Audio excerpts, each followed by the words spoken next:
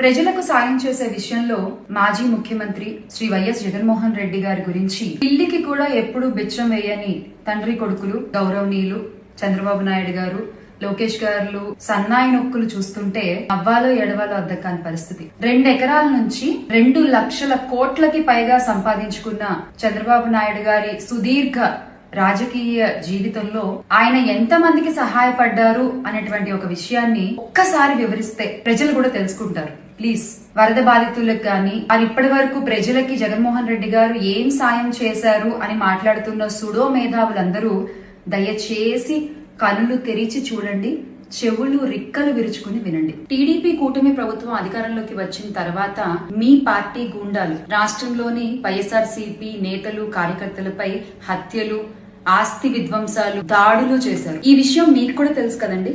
ఈ క్రమంలో గాయపడ్డ, నష్టపోయిన 200 మందికి పైగా బాధిత కుటుంబాలకు వైఎస్ జగన్మోహన్ రెడ్డి గారు సాయాన్ని అందజేశారు. అలాగే ఇటీవల విశాఖపట్నంలోని ఒక ఫార్మా కంపెనీలో జరిగిన పేలుడులో 17 మంది చనిపోతే ఒక్కొక్క కుటుంబానికి 5 లక్షల రూపాయల చొప్పున జగన్మోహన్ రెడ్డి గారు ఇవ్వడం జరిగింది. అంతేకాకుండా అదే పేలుడు ఘటనలో 41 మంది గాయపడితే ఒక్కొక్కళ్ళకి 1 లక్ష రూపాయల చొప్పున సాయాన్ని అందజేశారు. కనబడలేదా అండి మీకు సాయం? మొన్న విజయవాడను వరదలు ముంచెత్తితే వరద బాధితులకి 1 కోటి రూపాయల సహాయాన్ని అందించారండి. అలా సహాయం చేసి చేతులు దులిపేసుకోలేదు. ఈ రోజుకి కూడా వరద బాధితులకి అవసరమైన నిత్యావసర వస్తువులు, వాటర్ బాటిళ్లు, పాలు పంపిణీ చేస్తూనే ఉన్నారు. ఇక పులివెందుల్లోని వెంకటప్ప స్కూల్లో ఎంతో మంది పేద విద్యార్థులకు 1 రూపాయి ఫీజు కూడా తీసుకోకుండా చదువుని చెప్పిస్తున్నారు. ఎంతో మంది మూగా చెవిటి పిల్లలకు కాక్లియర్ ఇంప్లాంట్ ఆపరేషన్స్ చేయించారు.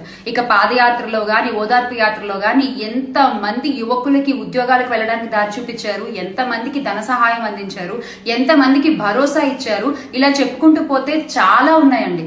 జగన్ గారు చేసిన సాయం వల్ల ఎన్నో కుటుంబాలు బాగుపడ్డాయి. ఎంతో మంది విద్యార్థులు ఈ రోజున ఉన్నత స్థానాల్లో ఉన్నారు. మాన్యశ్రీ చంద్రబాబు నాయుడు గారు ఇలాంటి సాయాలు మీరు ఇదివరకు ఏమన్నా చేసుంటే గనక టక్కుని చెప్పండి ఒకసారి.